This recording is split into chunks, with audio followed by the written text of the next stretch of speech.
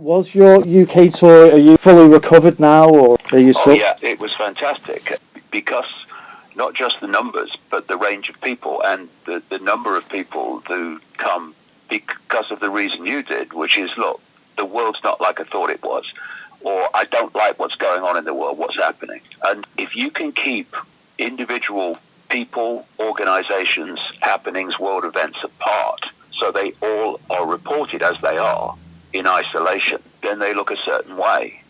But if you connect them and show that they're not apart, they're actually part of one tapestry, then the world looks very different. And people look at that and think, well, crikey, at last the world is making sense and what's happening is making sense. It was a real joy for me to see so many people have the light switched on purely by connecting dots that didn't appear on the surface to connect. And I've found this, you see, I've been doing this now for nearly 30 years.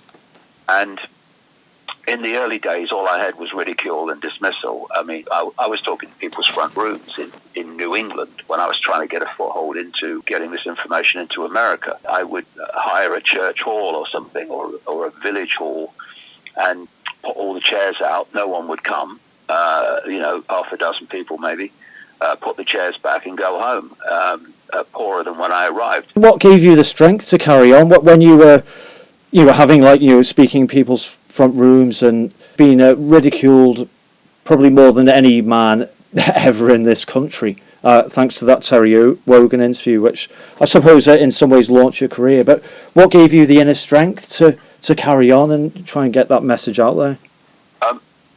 Increasing awareness as the 1990s unfolded of what actually was happening in the world away from the public eye and what its agenda and planned outcome was. Once you realize that, and you have children, you have grandchildren, you see children in the street, and you know the world they're going to live in, unless this is headed off, and it can only be headed off by being exposed to the public eye, then what are you going to do? Walk away? That's an interesting point, actually, mate, because over the years, I've seen people come into this arena and become flavor of the month for a while and then disappear. And they say, oh, it's too tough, they're having a go at me, or the usual, I need to spend more time with my family stuff. In other words, you want out. And I could never understood that, because once you have any grasp of where this is planned to go, and people are now starting to see it more and more, then there's no walking away. It's not a case of, do I keep going or don't I? It's simply, how can I more effectively keep going?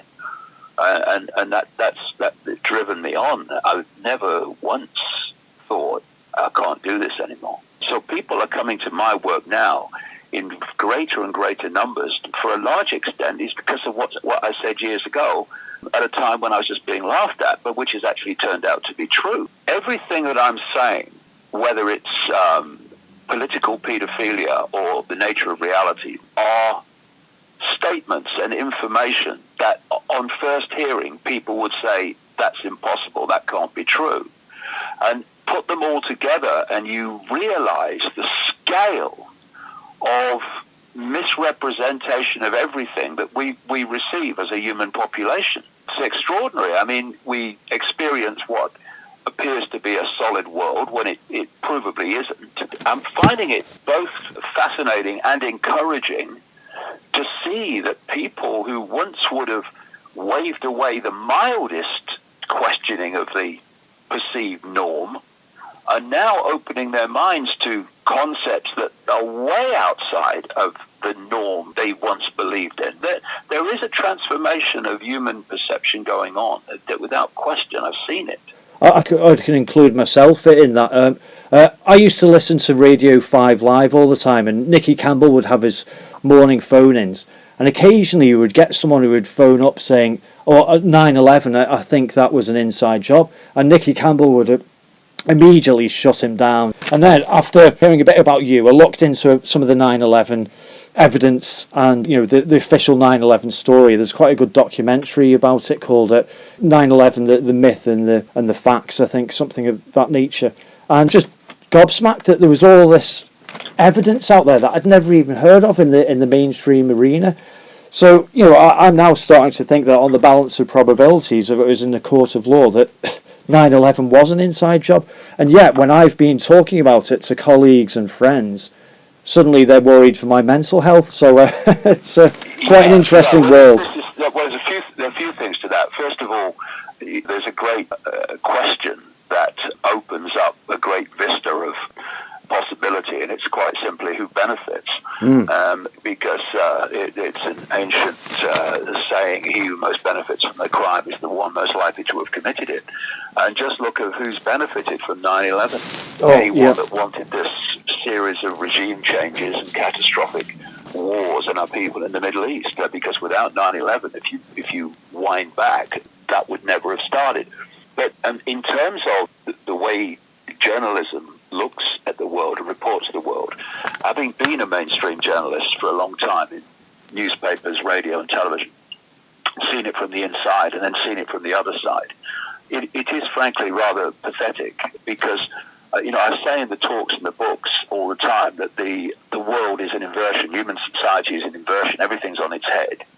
And the reaction to you just questioning anything from journalistic colleagues is a classic example of this inversion, because all you're doing is what a journalist should do. What journalists should do is ask questions of official versions of everything, especially statements by authority, to see if they stand up. That's the job of a journalist. There's no point in journalism otherwise. But instead of that, the statements by the authority become the accepted norm of how things are. This is the very opposite of what journalism should be.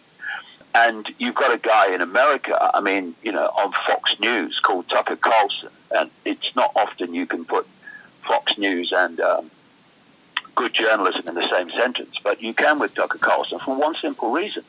He just asks questions that need to be asked of authority. And he gets attacked by his own profession because of it, because we've now reached an extreme level of journalistic irrelevance to truth, that the journalistic profession, instead of holding authority to account so that authority has to justify its statements and its claims and its actions, journalism now justifies those claims and actions.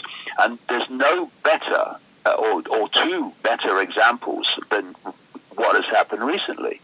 You had a government claim that Russia was responsible for the alleged nerve agent attack in Salisbury. They produce absolutely no evidence whatsoever, except the old Nazi adage of keep repeating the lie and people will believe it. And yet journalists, who call themselves journalists, just accepted it. And worse than that, and this is the other extension of this journalistic lack of integrity, is that they then attack people who were doing what they should be doing, which is questioning where the evidence is. And you saw this in the House of Commons with Corbyn, when even many in his own side were jeering when he stood up and asked Theresa May for evidence for the claim that Russia was behind the Salisbury attack. We are in a post-truth, post-evidence society where neither matter. What happens is authority makes a statement, and then the journalistic profession, not with honourable exceptions, but in general, it becomes the mouthpiece and protector of that version of everything. And of course, the other one is the chemical attack alleged by Assad in Syria, when the overwhelming evidence is that it was set up by these white helmets, which are funded by the West, funded by America, funded by Britain, funded by European countries, and therefore are a propaganda arm of those countries and the agenda of those countries, particularly America. And there was no questioning of it. There was no, well, where's the evidence? There was no reporting of the doctors and people actually on the alleged film of the attack saying there was no chemical attack. And so this is very, very dangerous world we're in now, thanks to a spineless, gutless journalistic profession. It is quite happy to take the check to pay the mortgage by not questioning what it should be questioning and not doing the job that journalists should be doing. In regards to the honourable exceptions, there's Robert Fisk from the Independent. I think he did a report where he couldn't find any evidence. That's right. And he was, before we started recording, I mentioned to you how I'd attended an NUJ delegate conference at Southport, funnily enough, the same venue where you spoke. And it was mentioned in Robert Fisk article. And one of the delegates, one of the ones against a motion to have the NUJ call for a fairer quizzing of the government on Syria in terms of not accepting everything they say. So this bloke got up and said, well, it's all very well believing Robert Fisk, but that's not what the majority of people are saying. And then a BBC delegate got up and said, well, it's a case of believing us, the BBC, or do you want to believe the Russians? Making it a completely binary choice. There's no room for grey in that, in terms of there might be hidden agendas from one person. And like you say, the most important question is who benefits? And in that case, the chemical attack was the worst possible thing that could happen to Assad, and quite a good thing for someone who wants to have regime change there. Exactly. But you see, that story of the National Union of Journalists event is classically where journalism is. I saw an interview on the BBC with a guy called Admiral Lord Weston. He was a very, very high guy in the British Navy. And he was saying at the time of the alleged chemical attack, but where's the evidence? And by the way, why would Assad do it? It was the last thing that he would benefit from. And the interviewer on the BBC said, but we're in an information war. We are in an information war. Aren't you basically helping the Russians by asking these questions?